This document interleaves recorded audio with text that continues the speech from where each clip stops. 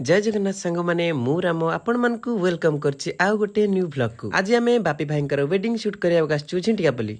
तो सब किछि कार्यक्रम सरला परे बारात हमर बाहर पड़छि। ए देखंतु बारात हमर पूरा साइज रे शूटिंग चलछि। तो नागिन डांस टिके साइज रे चलछि। ए देखंतु कालिया भाई हमर शूटिंग रे पूरा मग्न होई जाइस। ता संगरे अंशु भाई भी हमर शूटिंग रे मग्न होई जाइस। तापरे मो सांग जने राजेश से भी बाहागर को आस्तला से भी हाय हेलो करि देइस। Oh my god. शूट सह बारात हमर पूरा सही से चली। सो फाइनली बारात काम हबे सरी आइछि।